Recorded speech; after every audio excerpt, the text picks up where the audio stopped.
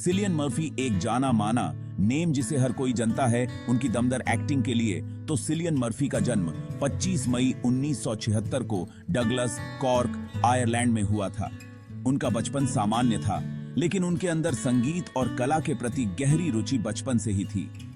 Cillian एक ऐसे परिवार में पले बढ़े जहां शिक्षा को प्राथमिकता दी जाती थी, लेकिन उन्होंने जल्दी ही महसूस किया कि उनका मन संगीत और अभिनय की ओर अधिक है।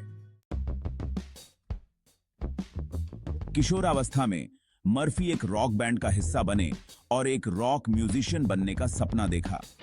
हालांकि उनकी पढ़ाई भी चलती रही और उन्होंने कानून की पढ़ाई शुरू की, लेकिन जल्दी ही उन्हें एहसास हुआ कि उनका असली जुनून अभिनय में है। जब उन्होंने डबलिन में थिएटर की दुनिया में कदम रखा, तब उन्हें समझ में आया कि मंच पर आकर अभिनय करना उनके लिए संगीत से भी अधिक सुकून देने वाला है।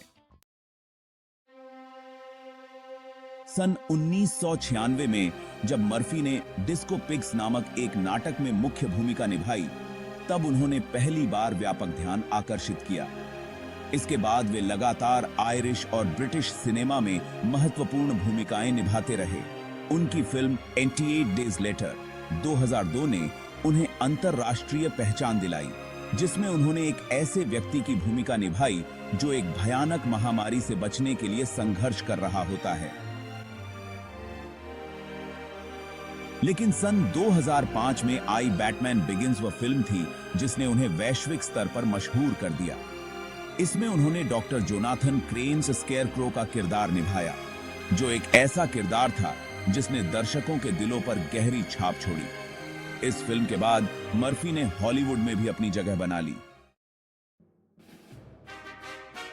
सन 2010 में मर्फी ने इंसेप्शन फिल्म में एक जटिल और भावनात्मक भूमिका निभाई। इस फिल्म में उनके अभिनय की काफी तारीफ हुई। सन 2017 में डनकर्क में मर्फी ने एक सैनिक की भूमिका निभाई जो युद्ध के दौरान अपनी मनोवैज्ञानिक स्थिति से जूझ रहा होता है। इस फिल्म ने भी मर्फी को एक बार फिर साबित किया कि वह किसी भी तरह के किरदार में खुद को ढाल सकते हैं। सन 2023 में ओपेनहाइमर फिल्म में उन्होंने प्रसिद्ध भौतिक विज्ञानी जे. रॉबर्ट ओपेनहाइमर का किरदार निभाया। यह भूमिका उनके करियर की सबसे चुनौतीपूर्ण भूमिकाओं में से एक मानी गई और उन्होंने इसे बेहतरीन तरीके से निभाया। सिलियन मर्फी का सबसे प्रसिद्ध टेलीविजन किरदार पीकी ब्लाइंडर्स में थॉमस शेल्बी का है। इस किरदार ने मर्फी को दुनिया भर में एक नई पहचान दिलाई और उन्हें एक पॉप कल्चर आइकन बना दिया। इस शो के लिए उन्हें कई पुरस्कार भी मिले, जिनमें IFFT अवार्ड्स में बेस्ट एक्टर का खिताब भी शामिल है। मर्फी के अभिनय के लिए उन्हें अन्य कई सम्मान भी प्राप्त हुए हैं। उन्हें इंसेप्शन और डनकर्क में उनके काम के लिए क्रिटिक्स चॉइस अवार्ड्स और ब्रिटिश इंडिपेंडेंट फिल्म अवार्ड्स में नामांकित किया गया। इसके अलावा उनकी film the wind that shakes the barley 2006 ने कांस फिल्म फेस्टिवल में पामे डी ऑर पुरस्कार जीता, जिससे उनके करियर को और भी ऊंचाई मिली। मर्फी के जीवन में एक प्रेरणादायक घटना तब घटी जब वह इंसेप्शन की शूटिंग कर रहे थे।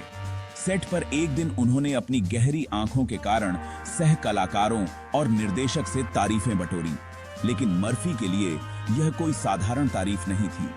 यह उनकी आंखों की सच्चाई और उनके अभिनय में दिखाई देने वाली गहराई का प्रतीक थी। उस दिन मर्फी ने महसूस किया कि उनके अभिनय का सबसे शक्तिशाली उपकरण उनकी आंखें हैं। उन्होंने इस बात को गंभीरता से लिया और हर किरदार में अपनी आंखों के जरिए भावनाओं को व्यक्त करने की कोशिश की। इस घटना ने मर्फी को यह एहसास दिलाया कि अभिनेता का सबसे बड़ा काम दर्शकों से जुड़ना है, और अगर वह अपनी आंखों के जरिए यह कर सकते हैं तो वह अपने किरदार को सजीव बना सकते हैं। इस प्रेरणा ने उन्हें हर फिल्म में और भी बेहतर अभिनय करने के लिए प्रेरित किया। आज भी मर्फी अपने अभिनय के लिए जाने जाते हैं और उनकी सादगी और कड़ी मेहनत उनके प्रशंसकों और सहकर्मियों के बीच प्रेरणा का स्रोत है। उनका जीवन इस बात का उदाहरण है कि अगर आप अपनी सच्ची प्रेरणा को पहचान कर उस पर मेहनत करते हैं तो सफलता निश्चित है।